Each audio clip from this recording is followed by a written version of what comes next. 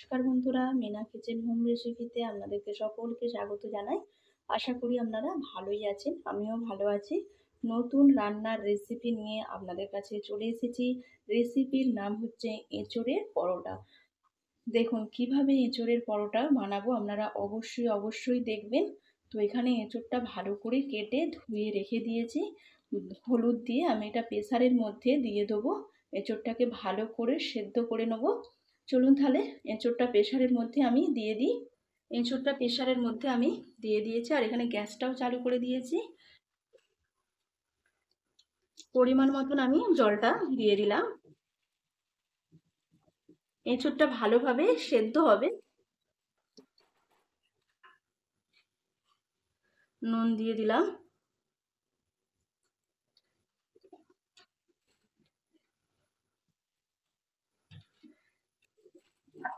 ঢাকনাটা বন্ধ করে দিলাম। এঁচোড়টা আমি 5-6টা সিটি দেবো, দিয়ে খুলে দেখবো কতটা কি সেদ্ধ হয়েছে। কারণ এঁচোড়টা ভালো করে সেদ্ধটা করে নেবো আমি, দিয়ে ভালো করে ময়দার সঙ্গে মেখে নেবো।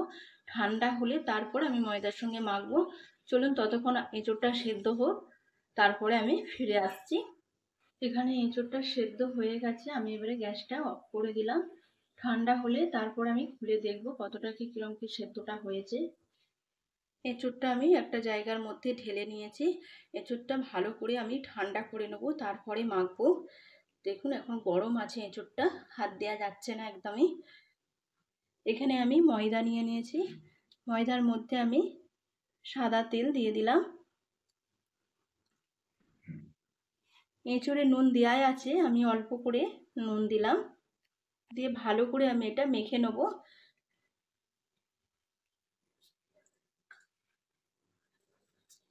অল্প চিনি দিলাম, দিয়ে ভালো করে আমি মেখে নেবো ময়দাটা।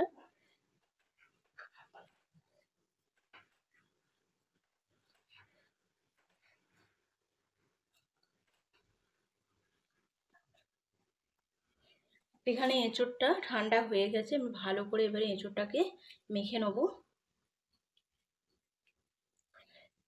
এইভাবে এঁচোড়টাকে আমি ছোটো ছোটো করে নেবো একদম।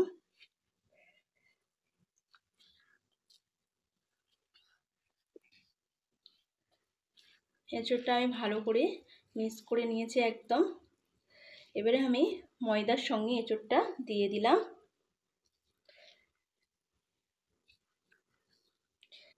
ময়দার সঙ্গে এঁচোড়টাকে ভালো করে একদম মেখে নেবো এইভাবে।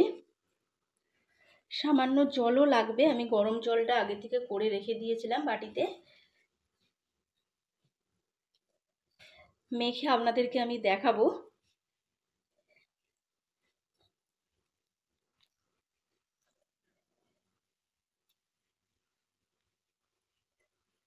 গরম জলটা আমি দিয়ে দিলাম, দিয়ে ভালো করে এটা মেখে নেবো।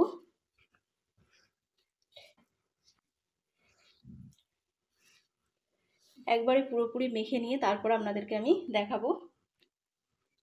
এখানে আমার ময়দাটা মাখা হয়ে গেছে, আমি লেচিও করে নিয়েছি একবারে। এবারে আমি বেলে নেবো। বেলে ভাজার সময় আপনাদেরকে আমি দেখাবো। এইভাবে লেচিটা করে নিয়েছি। দেখুন এঁচড়গুলো ভালোই বোঝা যাচ্ছে, এই দেখুন কত সুন্দর বোঝা যাচ্ছে।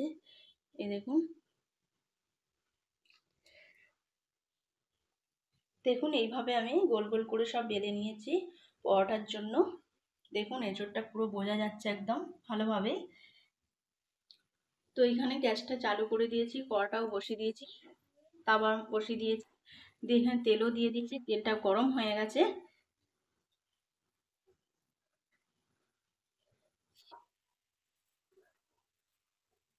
তাওয়া দিয়ে দিলাম ভাজতে। একদিকটা হয়ে গেছে, একদিকটা উল্টে দিলাম।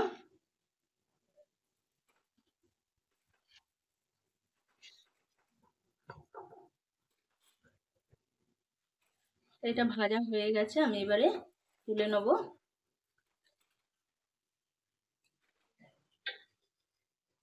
বাদ বাকিটা আমি দিয়ে দিলাম এইভাবেই।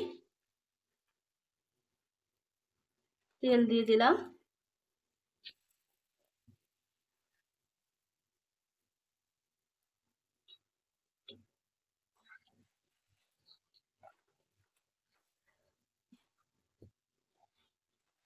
এইটাও হয়ে গেছে, আমি এগুলো তুলে নেবো। বাদ বাকি যেগুলো আছে এইভাবেই আমি পরোটাগুলো করে নেবো, নিয়ে তারপরে আপনাদেরকে আমি দেখাবো। এখানে এঁচোড়ের পরোটা হয়ে গেছে, দেখুন একটা জায়গার মধ্যে আমি রেখে দিয়েছি। আর আপনারা অবশ্যই বানাবেন, এঁচোড়ের পরোটা কিন্তু দারুণ খেতে লাগে। আর ভালো লাগলে অবশ্যই লাইক কমেন্ট করে জানাবেন। মিনা কিচেন হোম রেসিপিতে আমি আপনাদেরকে একটা ছিঁড়ে দেখাচ্ছি এঁচোড়ের পরোটাটা কত সুন্দর নরম হয়েছে আর সফট হয়েছে। এই দেখুন,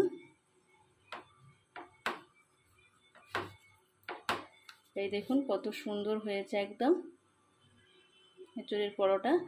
আপনারা অবশ্যই বানাবেন বাড়িতে। এঁচোড়ের দম, এঁচোড় চিংড়ি আর এঁচোড়ের তরকারি আপনাদেরকে আমি দেখিয়েওছিলাম, আপনারা অবশ্যই দেখেছেন। আর এঁচোড়ের পরোটাটাও আপনারা দেখবেন।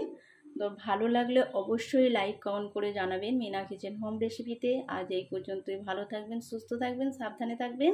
নমস্কার।